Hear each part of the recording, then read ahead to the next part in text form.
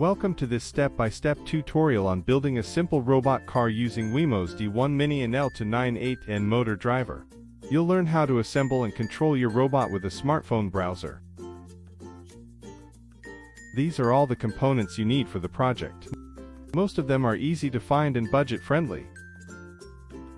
This custom PCB makes wiring easier. You only need to plug in the Wemos and driver board without extra soldering.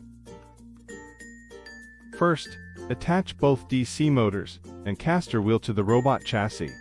Use hot glue or screws to secure them tightly. Plug the Wemos D1 Mini and driver into the PCB header carefully. Make sure all pins are aligned and fully inserted. Then, make sure your electronics are mounted securely with double tape or screws. The two 18,650 batteries provide enough voltage for both motors. Make sure to connect a power switch so you can turn the system on and off safely. Connect the motor driver to the Wemos D1 Mini as shown here. Make sure to double-check the motor direction.